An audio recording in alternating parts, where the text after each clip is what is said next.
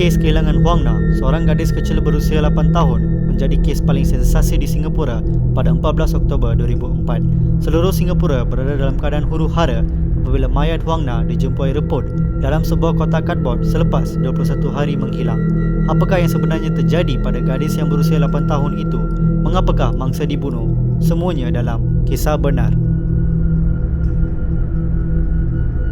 Huang Na lahir pada 1996 di Putian, Fujian Province, China. Ibunya Huang Shuying membawa Huang Na dan menetap di Singapura pada 2003. Huang Na bersekolah di Sekolah Rendah Nau di Fang Jintai pada waktu itu. Ibu Huang Na bekerja sebagai seorang penjual sayur.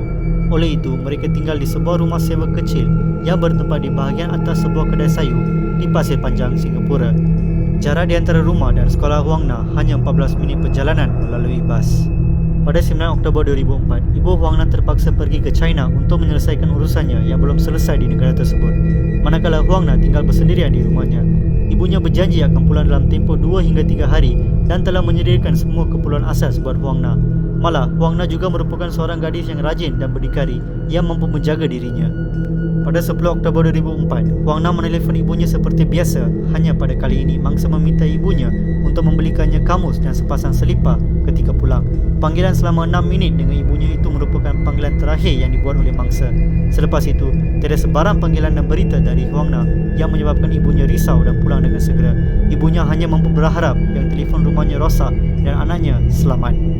Apabila tiba ke rumah, ibunya terkejut apabila mendapati Huang Na tidak berada dalam rumah. Cemas dan risau akan keselamatan anaknya, Huang Shuying membuat laporan polis dan turut mencari anaknya merata tempat. Hanya pada 14 Oktober 2004, kes kehilangan Huang Na menjadi viral dan sensasi. Ramai orang membantu Huang Shuying dalam pencarian tersebut. Sebuah syarikat teksi, Comfort Delgro, membantu dengan mengarahkan semua pemandu teksinya untuk bekerjasama dalam pencarian Huang Na. Seorang ahli perniagaan pula menawarkan ganjaran sebanyak $10,000 kepada sesiapa yang berjaya menemukan Huang Na. Pihak polis juga menjalankan siasatan dan pencarian sejak hari pertama menerima aduan. Bagi membantu siasatan, pihak polis menahan Tok Leng Hau yang berusia 22 tahun. Dia merupakan seorang penjual sayur yang bekerja bersama ibu Huang Na. Dia dan Huang Na agak rapat. Dia sering bermain dan membawanya keluar bersia-sia menaiki motorsikalnya. Dia menganggap Huang Na sebagai adiknya sendiri. Oleh itu, ibu Huang Na enggan mempercayai bahawa Tok yang menculik anaknya. Namun, tindakan Tok yang melarikan diri ke Pulau Pinang pada 21 Oktober 2004 mengundang kecurigaan. Apatah lagi apabila Tok sebenarnya perlu menghadapi ujian pengesahan pembohongan atau dikenali sebagai tes poligraf pada hari tersebut. Pada 30 Oktober 2004, Tok telah pun menyerah diri kepada pihak polis dan mengaku segala perbuatannya. Tok mengaku bahawa dia pergi berjumpa Huang Na pada 10 Oktober 2004 dan mengajaknya bermain sembunyi. Tok telah pun mengetahui lebih awal bahawa Huang Na tinggal bersendirian dan merancang untuk memuaskan nafsunya.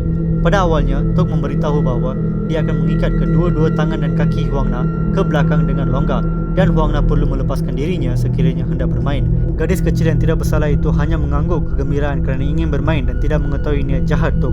Setelah Tok mengikat Huang Na menggunakan tali rafia, Tok segera mengambil sapu tangan dan mengikat mulut Huang Na. Dia kemudiannya meraba mangsa beberapa kali dan akhirnya nekat untuk merogol mangsa selama beberapa jam sehingga mangsa mati di tempat kejadian. Dia kemudiannya membalut mayat mangsa dengan 9 lapisan plastik dan memasukkannya ke dalam kotak kadbod dan ditutup rapi menggunakan pita pelekat. Dia kemudiannya mencampakkan kotak tersebut di Teluk Belanga, Hill Park.